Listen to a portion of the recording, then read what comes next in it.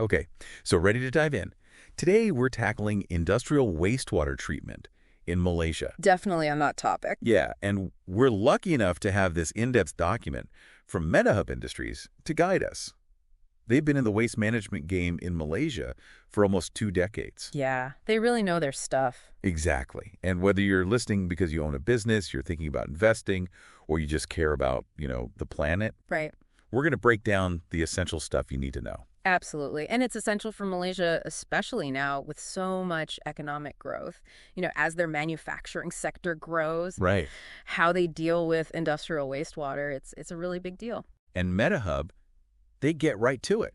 They don't sugarcoat the fact that untreated wastewater, it's a huge problem. We're talking polluted water sources, ecosystems getting messed up, even risks to people's health. Exactly. And it's not something, you can just ignore in Malaysia. Right. The government's really serious about it. So they've got some laws in place then to keep everyone in check. Oh, yeah, for sure. It all goes back to the Environmental Quality Act of 1974. Okay. That's kind of their foundation for environmental protection. Right. But it hasn't just stayed the same since then. Right, because 74 is a while ago. It is. It is. Things have evolved, and they've added to it. Like in 2009, they brought in the Environmental Quality Industrial Effluent regulations. Okay, so 1974, now 2009. Sounds like they're updating as they go. What's so important about those 2009 regulations? Well, those are all about specifics, getting really into the details. They set very clear limits on what you can and can't have in wastewater when you discharge it. Like what kind of stuff? We're talking about heavy metals, different chemicals, even how much organic material is acceptable. They really mean business. Wow. Yeah, they even get into specific measurements for things like chemical oxygen demand. Okay. And biochemical oxygen demand. And those are like really technical terms. I'm assuming those basically tell you how polluted something is. Exactly. It's all about how polluted that water is. They're not messing around. So big consequences if companies don't play by the rules. Huge. We could be talking massive fines. I mean, millions of ringgits. Wow. Yeah, and it's not just about hitting them in the wallet either. Okay, so more than a financial slap on the wrist. Way more. They could face legal action, even jail time for executives. Really? Yeah, and the government can actually shut down operations completely. Oh, wow. So that's a huge risk for any business to take. I mean, it sounds like complying with these regulations, it's not really optional. It's just part of doing business in Malaysia. It really is. And it's not just about, checking off boxes and following the rules. They're actually really pushing for progress. Okay. Like take the Selangor state, for example. Just this year, they introduced a zero discharge policy. That's pretty cutting edge. Zero discharge. So what does that even mean? It means trying to get industries to see their wastewater as a resource instead of just something to get rid of. Okay. So pushing for as much recycling and reuse as possible, ultimately trying to eliminate discharging anything into the water system at all. That's a big goal. It is. But when you think about what's at stake, I mean, we're talking about their public health, their environment, their economic future. It's a smart move to be proactive about it. Definitely.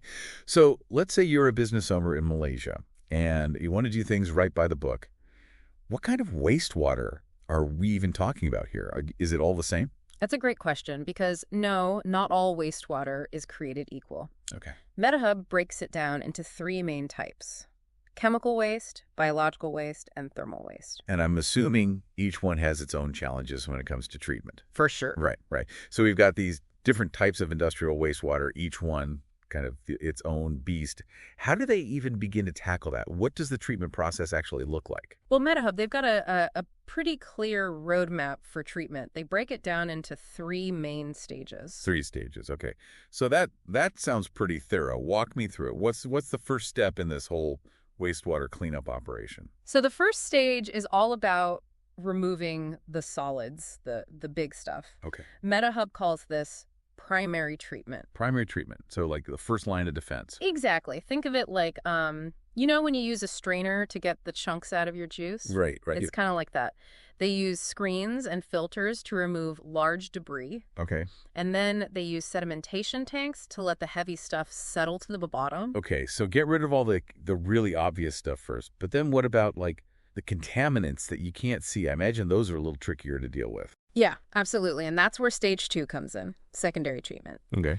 This stage is where things get microscopic. Microscopic, huh? What's the secret weapon in this stage? Bacteria. Bacteria. Yeah. They introduce these beneficial bacteria that actually break down the dissolved organic pollutants in the wastewater. Wait, so bacteria, like the stuff we're always trying to get rid of? Well, not all bacteria are bad. Right. These are the good guys. Okay. And they use processes like the activated sludge process. Okay. Or trickling filters, which basically create the perfect environment for these bacteria to thrive and eat up those organic pollutants. So it's like they're harnessing the power of nature to clean up the mess. That's pretty cool. Right. But even after those two stages, is the water actually clean enough to be released back into, the environment? It's much cleaner, but it's not quite there yet. Okay. That's where the third and final stage comes in. Tertiary treatment. Okay. Think of it like the polishing stage.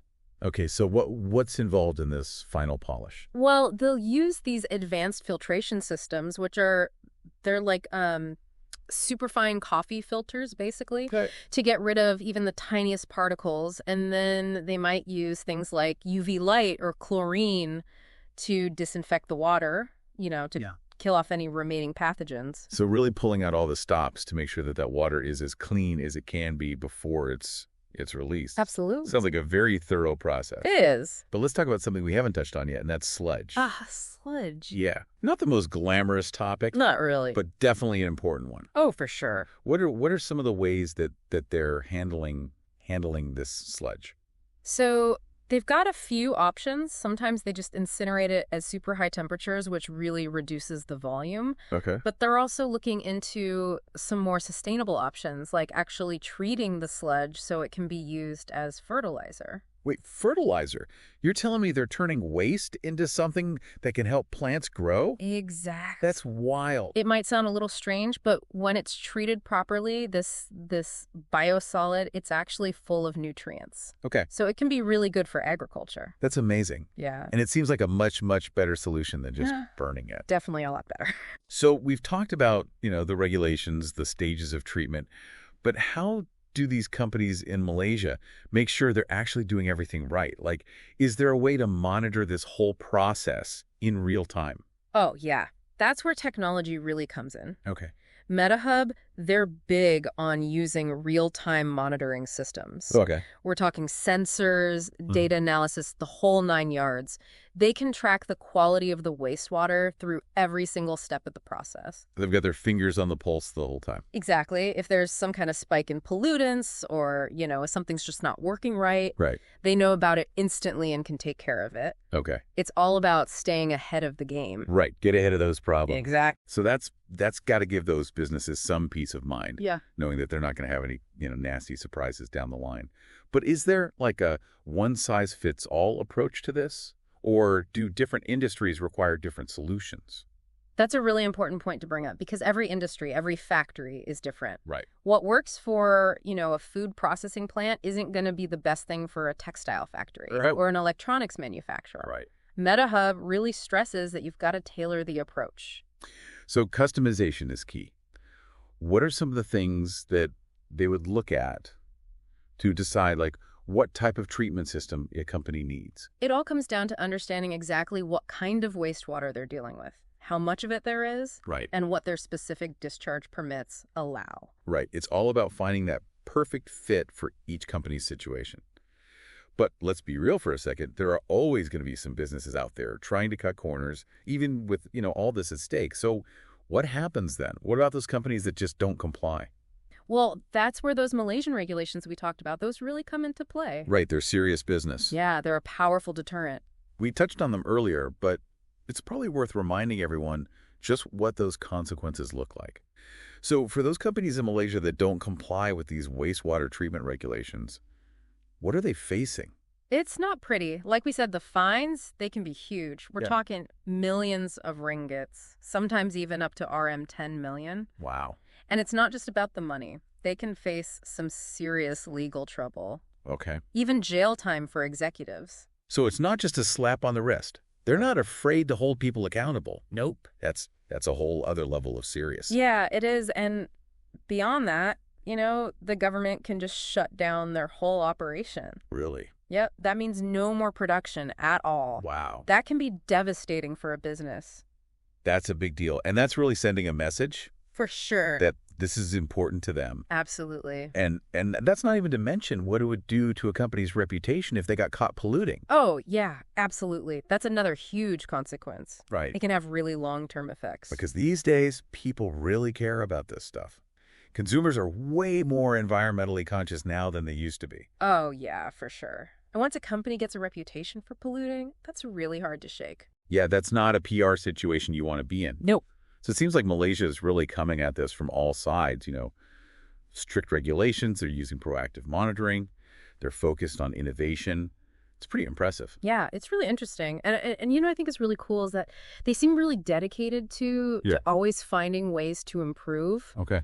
Metahub talks about this a lot, how industries should always be looking for those newer, better ways of treating wastewater. The technology is always advancing. The treatment methods are changing.